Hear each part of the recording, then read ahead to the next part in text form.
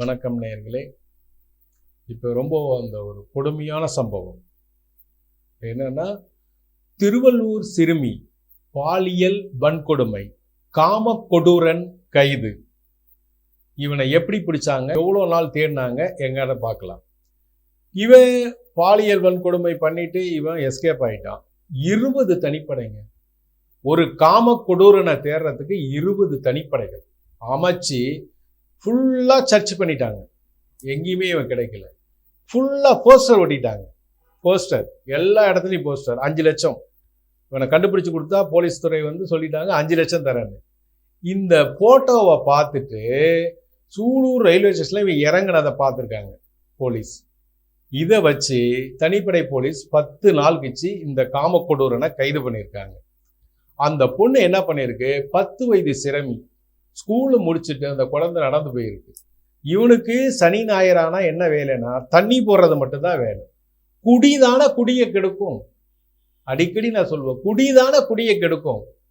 குடிச்சிட்டு என்ன செய்யறேன்னு தெரியாம மாந்தோப்புல தூக்கிட்டு போய் அந்த பாலியல் வன்கொடுமை அந்த சிறுமிக்கு பண்ணியிருக்கான். அந்த சிறுமிகிட்ட நிறைய பேரை கொண்டு போய் போலீஸ் காட்டியிருக்காங்க. இவன் இல்லை இவன் இல்லை இவன் இல்லைன்னு சொல்லியிருக்காங்க. கடைசியாக இந்த பையனை கொண்டு போய் காட்டுவோம். பையன் இல்லை, 30 வயசு ஆளு. பையன் இல்லை, 30 வயசு. அதே டிஷர்ட்டு, அதே பேண்ட்டு, அதே பல்லுல கரை, பீடா கரை. அதை பார்த்தோன்னே சிறுமி அது இவன் தான் காட்டிட்டாங்க. இப்போ போலீஸ்ல இப்போ சொல்லியிருக்காங்க, அசராக்கார் சொல்லியிருக்காரு, கைது பண்ணியிருக்கோம், விசாரணை பண்ணிட்டு இருக்கோம்.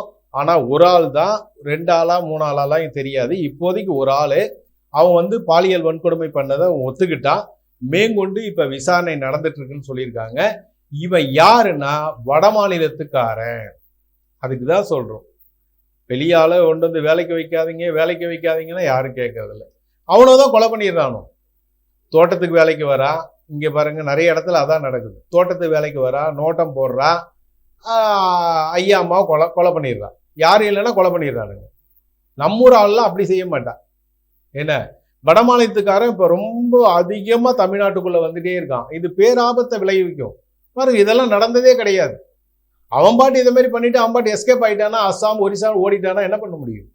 அதனால நீங்களும் வேலைக்கு வச்சுக்கணும்னா ஜாக்கிரதையாக வச்சுக்கணும், ஜாக்கிரதையாக இது பண்ணிக்கணும். மேக்சிமம் வெளியூர் ஆளுங்களை தவிர்க்கிறது நல்லது. வட மாநிலத்தவர் பூரா சர்ச்சு வாரண்ட் போட்டு சர்ச் பண்ணியிருக்காங்க. 20 தனிப்படையும் எல்லாரையும் கூட்டு வந்திருக்காங்க. எப்படி கண்டுபிடிக்க முடியும்? ஏன்னா அவனுக்கு ஒரு கார்டு இருக்கா, இது இருக்கா, போன் இருக்கா, ஒரு மெம்பர்ஷிப் ஒன்றும் கிடையாது. தமிழ்நாடா இருந்தால் பிடிச்சிடலாம். ஆத்தா இருக்கா, அப்பா இருக்கா, ஒரு டைட் பண்ணா எங்க இருக்குன்னு சொல்லியிருப்பான். தாய் தகப்பன் பாசம் தாங்காம. ஆனா இதெல்லாம் ஒன்றும் பண்ண முடியாது.